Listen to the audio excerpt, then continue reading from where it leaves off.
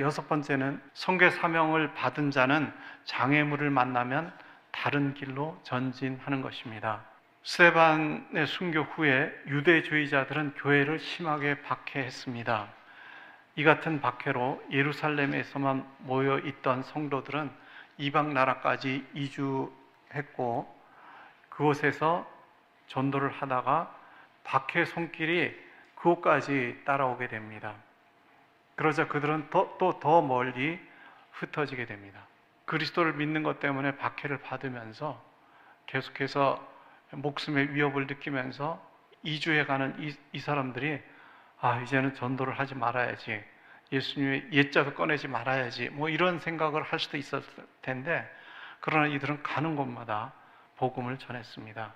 그들은 숨어 지내는 것이 아니라 전도하면서 지냈습니다. 유대주의자들의 박해가 결국은 복음을 세계로 확산시키는 원동력이 되어버린 것입니다. 우리가 외적인 저항이 있을 때 믿음을 가진 사람은 포기하지 않고 전진합니다.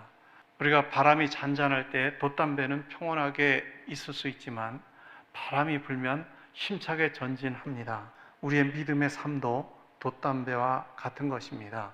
믿음 있는 사람은 바람이 불면 더 힘차게 달려갈 수가 있습니다.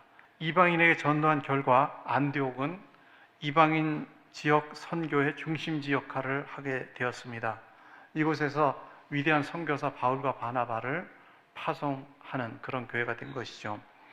이처럼 하나님의 섭리는 인간이 전혀 상상하지 못한 방법으로 역사를 합니다. 때때로 하나님의 해결 방법은 환난을 없게 하는 것이 아니라 환난을 거치는 해결 방법을 사용하십니다.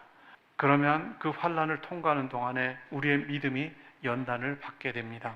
지금 여러분들의 생활 중에 만일 지극히 큰 시련이 있다면 실망하여서 패배를 자인하지 않고 오히려 믿음을 사용해서 계속해서 믿음으로 살아간다면 여러분들이 넉넉히 이기게 하시는 주님의 승리를 경험하게 될 것입니다.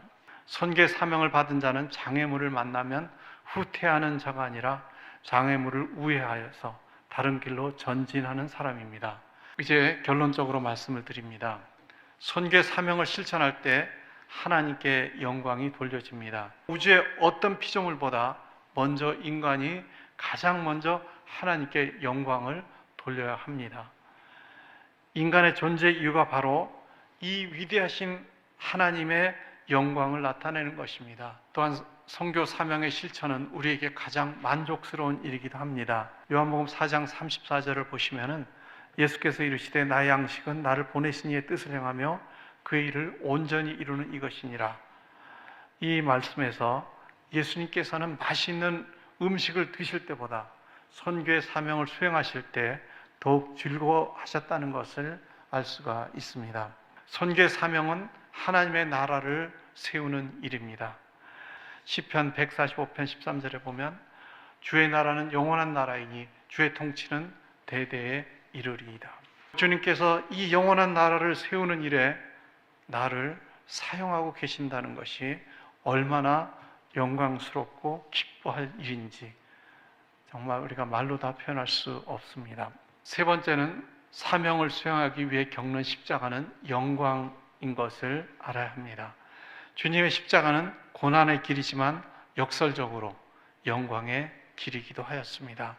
요한복음 17장 22절을 보시면 내가 내게 주신 영광을 내가 그들에게 주었사오니 이는 우리가 하나 된 것 같이 그들도 하나 되게 하려 함이니이다. 사람들에게 십자가는 고통과 수치의 십자가이지만 하나님께서는 승리와 영광의 십자가입니다. 이런 영광을 예수님께서는 제자들에게 주셨습니다.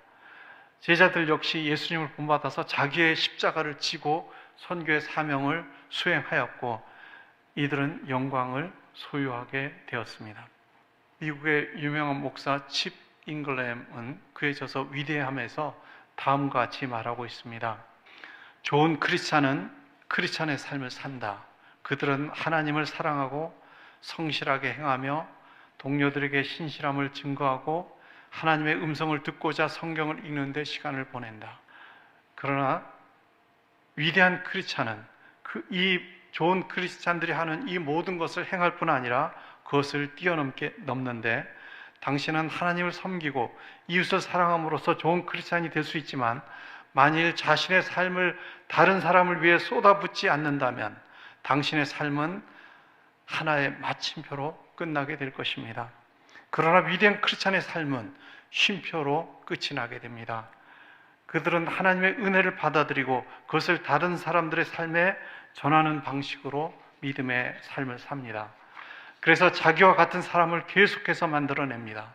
좋은 크리스찬은 삶을 살지만 위대한 크리스찬은 유산을 남깁니다라고 기록하고 있습니다.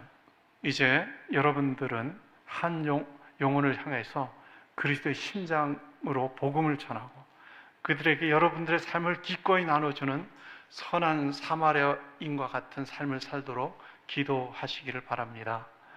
그러면 여러분은 선교 사명을 잘 수행하는 복되고 영광을 누리는 생을 살게 될 것입니다.